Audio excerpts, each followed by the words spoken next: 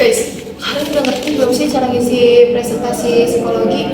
Aku masih bingung loh tentang persepsi dan sensasi itu kayak gimana. Nah iya, aku juga tuh bingung. Aku tuh baca materi, ngerti, cuman pas ngejelasinnya tuh susah banget, bingung sendiri. Sama lagi, kayaknya kita butuh contoh yang gampang dipahami nggak sih guys? Sebenarnya tuh gak susah itu kok guys. Menurut aku ya, sensasi itu dimana di saat indera kita tuh nangkap sesuatu. Tapi kalau persepsi itu gimana cara otak kita tuh ngertiin apa yang kita tangkap itu. Masih agak ngeblank sih. Coba dong kalian kasih contoh yang relate sama kehidupan kita. Oke, misalnya nih ya, kalian pernah nggak ngeliat orang terus habis itu langsung kasih penilaian langsung ke orang itu? Pasti pernah sih, kayak kita aja lihat orang mukanya datar, pasti kita bilangnya kayak jutek banget sih, iya kan?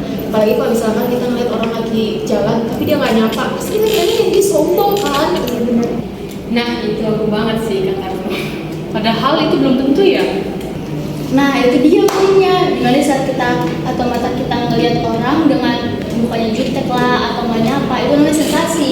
Tapi kalau kita langsung kasih penilaian ke orang itu kayak, ih sombong banget sih ini orang, ih jutek banget sih, itu namanya persepsi.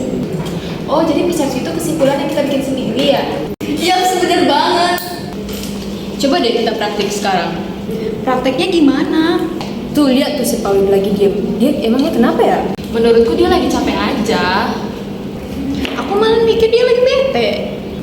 Kalau menurut aku sih dia kayaknya lagi mikirin tugas deh. Nah, aku malah mikir dia lagi ngantuk tahu. Sama semua guys, sebenarnya tuh aku cuma lagi mikirin abis ini mau makan apa ya. Buset, ternyata tebakan kita jauh juga ya. Padahal kita ngeliatin orang yang sama ya, tapi kok kita bisa memiliki pemikiran yang berbeda-beda gitu.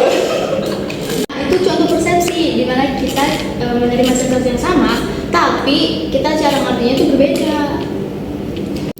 Nah, kalau dipikir-pikir, kayaknya banyak banget deh masalah yang terjadi karena kita salah persepsi. Setuju, apalagi kalau soal chatan. Nah iya, apalagi soal balas chat, iya pasti kita mikirnya dia marah kan? Padahal bisa aja dia tuh lagi sibuk atau bahkan buru-buru.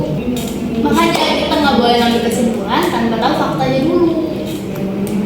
Kadang yang bikin kita salah paham itu bukan kejadian aslinya, tapi cara kita menafsirkan kejadian itu. Asik, dalam banget sih kata gue. Jadi guys, dari materi sensasi dan persepsi ini kita tuh nggak bisa menyamakan dengan apa yang kita lihat dengan apa yang kita pikirkan terhadap seseorang. Nah iya betul, karena kan setiap orang cara berpikirnya beda-beda dan pengalamannya juga berbeda-beda. Makanya ya setiap orang tuh punya persepsi yang beda walaupun melihat kejadian yang sama.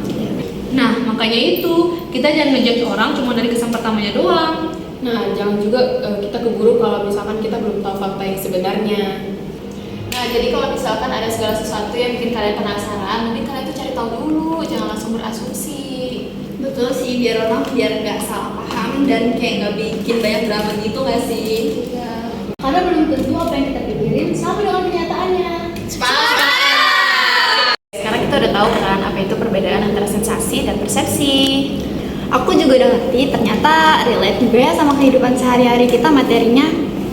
Ternyata tanpa sadar kita juga sering salah persepsi ya. Jadi, mulai sekarang kita jangan gampang ngejudge orang ya guys. Yap, cari dulu faktanya, baru ambil kesimpulan.